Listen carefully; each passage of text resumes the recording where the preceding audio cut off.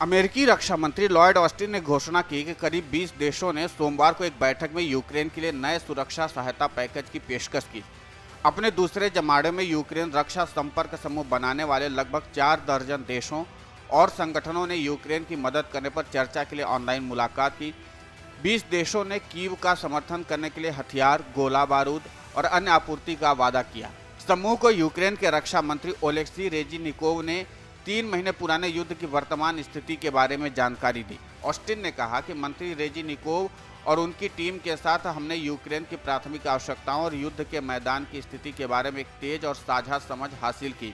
उन्होंने कहा कि कई देश तोपखाने, गोला बारूद, तटीय रक्षा प्रणाली और टैंक के साथ अन्य बख्तरबंद वाहन दान कर रहे हैं। अन्य यूक्रेन की सेना के लिए प्रशिक्षण की पेशकश कर रहे हैं। अमेरिकी रक्षा मंत्री ने कहा कि डेनमार्क एक harpoon anti ship missile system भेजने के लिए प्रतिबद्ध है और चेक गणराज्य हमले के लिए हेलीकॉप्टर, टैंक और रॉकेट सिस्टम की पेशकश कर रहा है। ऑस्टिन ने यूक्रेन के लिए 40 बिलियन अमेरिकी सहायता पैकेज शामिल चीजों का विवरण देने से इनकार कर दिए हैं। ऐसे में अटकले रहे हैं कि इसमें कुछ उच्च सटीक लंबी दूरी के रॉकेट शामिल हो सकते हैं, जिनका उपयोग रूसी क्षेत्र में दागने के लिए किया जा सकता है। यूक्रेन ने संयुक्त राज्य अमेरिका से लंबी दूरी रॉकेट M270 एमालेरस और M142 हिमरस की मोबाइल बैटरी मांगी है। इससे पहले विश्व आर्थिक मंच की वार्षिक बैठक में यूक्रेनी महिला सांसदों के एक समूह ने रूस पर और कड़े प्रतिबंध लगाए जाने की अपील की।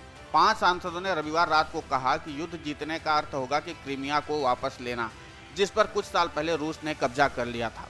सांसदों का कहना कि मानवीय, वित्तीय और हथियारों से सहायता करके इस युद्ध को जीतने में यूक्रेन की मदद करना पश्चिम के लिए जरूरी है। दुनिया के किसी अन्य हिस्से में युद्ध नहीं छेड़ पाए। इन सांसदों में येवेनिया क्रावचुक, इवाना क्लाइपुश, सिनिसा दजे और यूलिया काइमेंको शामिल हैं। हालांकि रूस की तरफ से आरोप लगाया गया है कि नाटो के कहने पर अमेरिका इस तरह की यूक्रेन की मदद कर रहा है। इस बीच यूक्रेन के अधिकारियों ने मंगलवार को कहा कि मारियोपोल शहर में बचाव कर्मियों को मलबे से 200 शव मिले।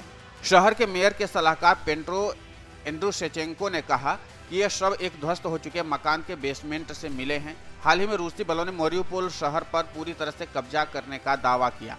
करीब 3 महीने तक रूसी सैनिकों की घेराबंदी में रहा ये बंदरगाह शहर अब मलबे के ढेर में तब्दील हो गया है और यहाँ हजारों नागरिकों के मारे जाने की आशंका है। इस शहर से युद्ध की कुछ सबसे बदतर तस्वीरें सामने आई हैं। हालांकि इस दौरान शहर के अजस्टोवल स्टील प्लांट में छिपे यूक्रेनी लड़ाकों ने जबरदस्त प्रतिरोध भी दिखाया।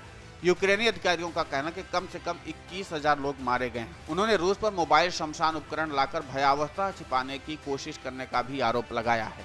यूक्रेनी अधिकारियों ने यह भी आरोप लगाया कि कुछ मृतकों को सामूहिक कब्रों में दफनाया गया था और रूसी हमलों ने एक प्रसूति अस्पताल और एक थिएटर को भी प्रभावित किया है, जहां नागरिक शरण लिए हुए थे।